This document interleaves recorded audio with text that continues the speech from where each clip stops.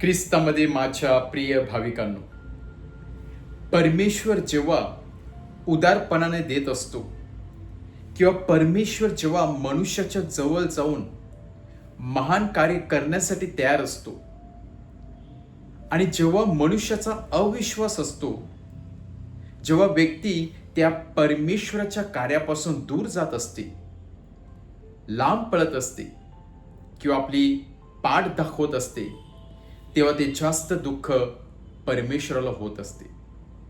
कारण परमेश्वर सदैव आपल्या जीवनामध्ये परिवर्तन घडवून आणण्यासाठी प्रयत्न करत असतो. परमेश्वर सदैव आपला जीवनाचा कायापालट करण्यासाठी नेहमी तयार होत असतो.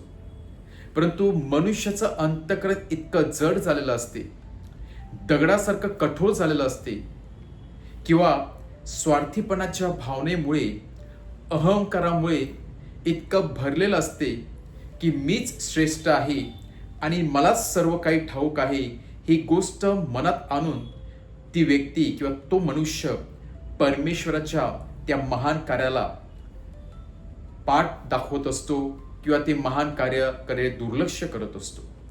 आणि हीच परिस्थिती प्रभू येशूच्या काळामध्ये खरोखर चालली होती. प्रभू येशू ख्रिस्ताने कितीतरी महान चमत्कार केले, प्रभू येशू ख्रिस्ताने महान कार्य केले. काही लोकांनी त्याचा आनंदाने स्वीकार केला.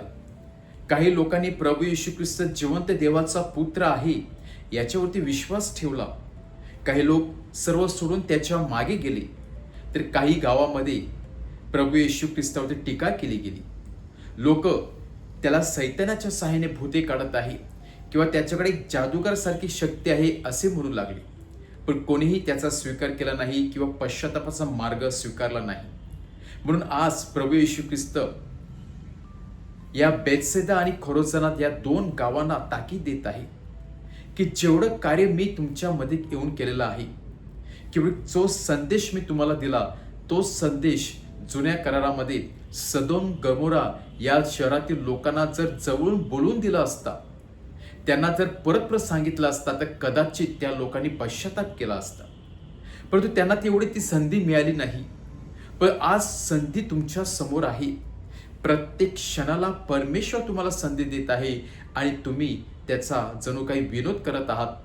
तुम्ही त्याच्यावरती हसत आहात आणि स्वतःचा विनाश करून घेत आहात. आणि म्हणून प्रभू येशू ख्रिस्त सांगत आहे, जी व्यक्ती अविश्वासू आहे, ज्या व्यक्तीचं मन मोकळं नाही, परमेश्वराचं कार्य स्वीकारण्यासाठी उघडं नाही, त्या व्यक्तीच्या जीवनामध्ये कुठलाहीच बदल होऊ शकत नाही. कारण बदल होण्यासाठी दोन्ही समोरून, दोन्ही ठिकाणून सपोर्ट असणे गरजेचं आहे.